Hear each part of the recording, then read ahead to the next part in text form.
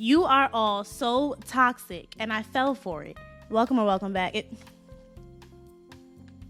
Welcome back. It's Corey. I'm on the couch today because I'm tired. What can I say? I'm tired. Not only am I tired, but this is going to be the most unprepared, structured video that I've done thus far. But this was on my mind to speak about it, so I'm going to talk about it.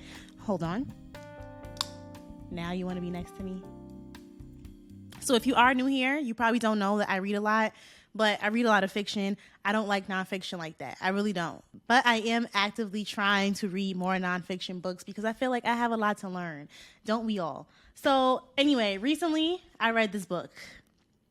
This book is called 4,000 Weeks, Time Management for Mortals. I've talked about it quite a bit on multiple platforms for someone who does not like books like this. So this is a banger, basically. You are all so toxic, and I fell for it.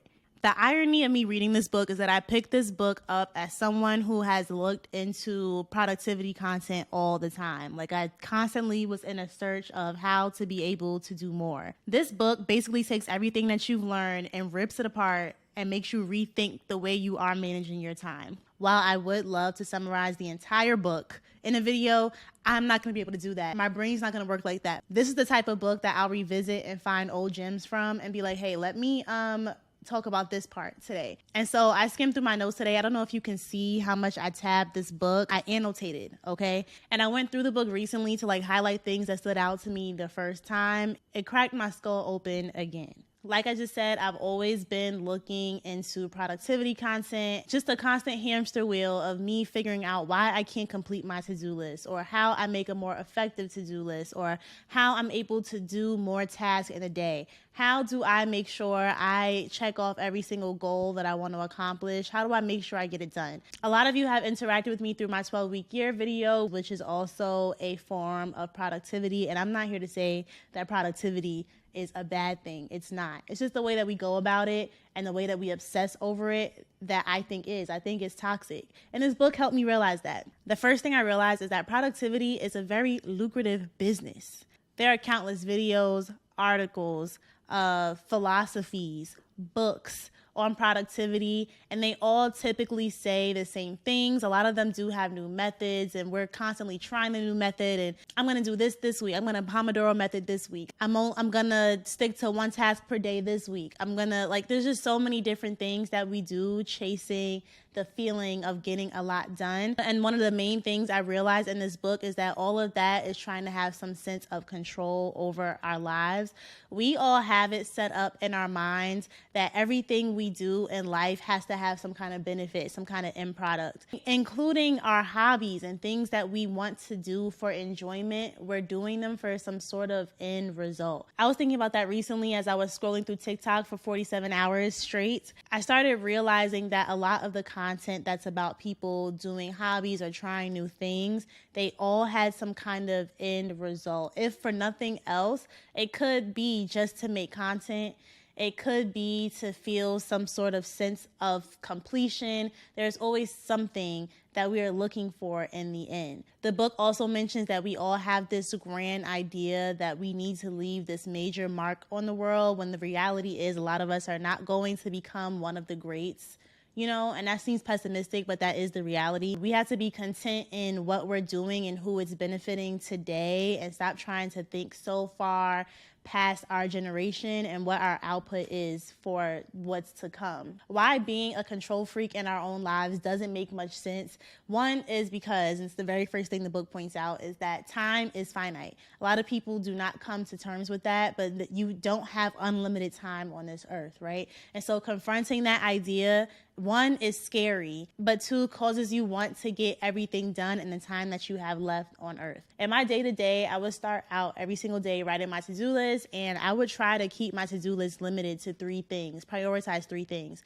But as the day goes on, by the end of the day, I probably have 20 things on that to-do list, and none of them are checked off, because why do I have 20 things on the to-do list? The reality is, if I acknowledge that I don't have all the time in the world, then I can understand that I cannot do all of these things, and that it doesn't make sense for me to list everything out if I cannot accomplish it. I have to get into a mindset that half of this shit is not going to get done. Another thing that was brought to my attention that I thought was interesting is that time is like an unstoppable conveyor belt. And so more tasks are added onto this conveyor belt as we get rid of old ones.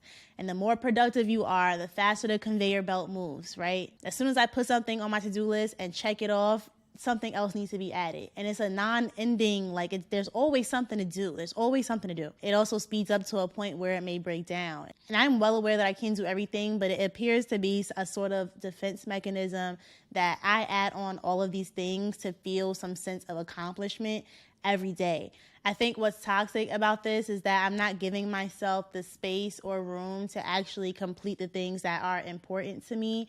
And even the things that are important to me are daunting, and I procrastinate on them because I'm having to face limitations. The same way we have to face that we don't have all the time in the world and that we can't do everything, I have to face that I really cannot do everything. So if I set out to paint a portrait as someone who has never painted before, but that is something that I want to do and it's important to me, I'm going to put it off instead of taking the time to learn that skill, be patient and learn that skill and take the steps that it takes to be able to complete the task the way I want it to be completed. The thought of me not being able to do it or it not coming out properly is going to stop me from diving into it. When I tell you that one thing cracked my skull wide open, because that is really why I procrastinate. I'm someone that I take on projects all the time. And as someone who is a creative professional, I'm sure other people experience this.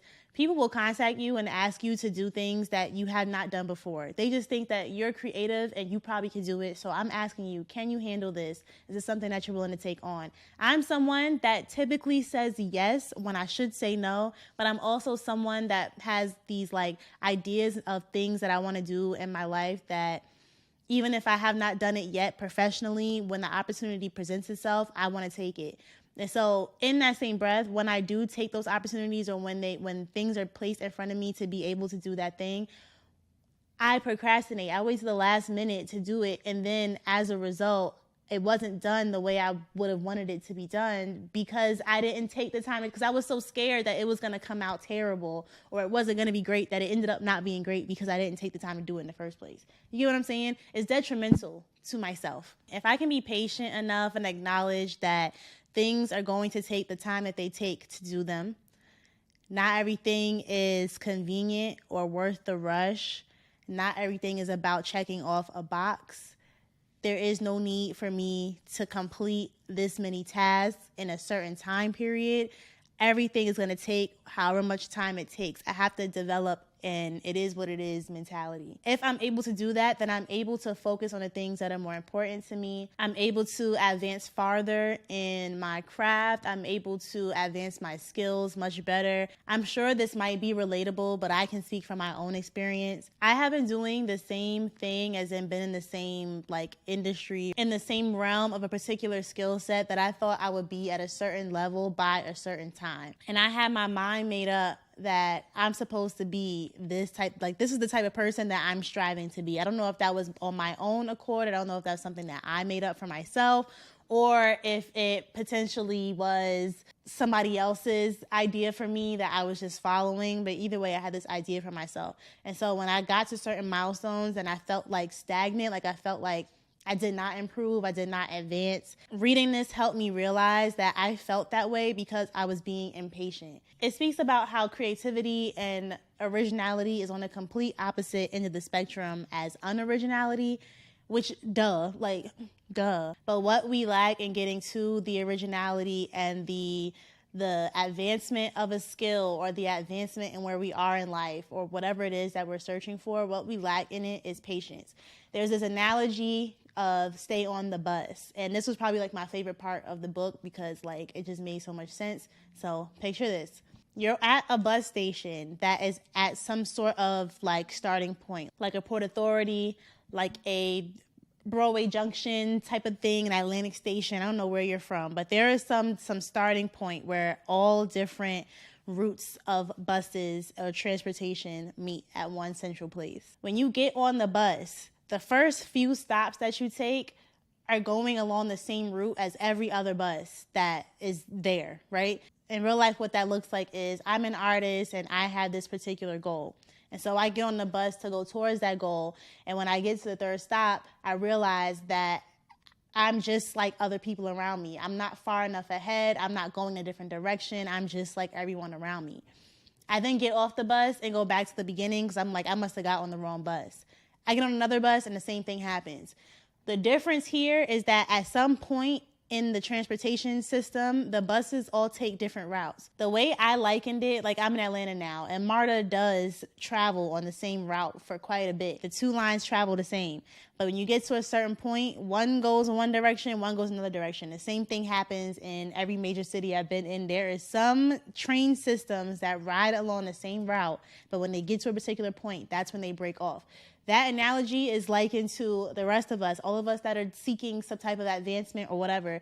We have to be patient enough to take the same route together and sit in this camaraderie of us all being at the same point, us all like going through the same struggles, us all like thinking of the same ideas. We're not at the point of originality yet. On top of the point that it's hard to get to originality in the first place, but we're all bonding in that moment, and we have the patience to sit here and enjoy this moment today until we get to a point, until we ride it out to that stop where we break off into our separate routes. And everything we learn along the way on those original stops still carry on with us when we break off into our separate routes, but we now have our own sense and way of doing things. We're like we had the patience to go through the tough parts to now get into a point where we've unlocked something that we're in a totally different lane. I thought that was so cool. I thought that analogy made so much sense because there have been so many times where I felt like I was shoulder to shoulder with my peers all the time, and it made me feel like I was not doing enough. Like I had to do 20 times as much because why am I still next to this person? And then if I was next to them for much too long, like way past my taste, I went back to the first stop because this can't be right. I'm not doing the right thing.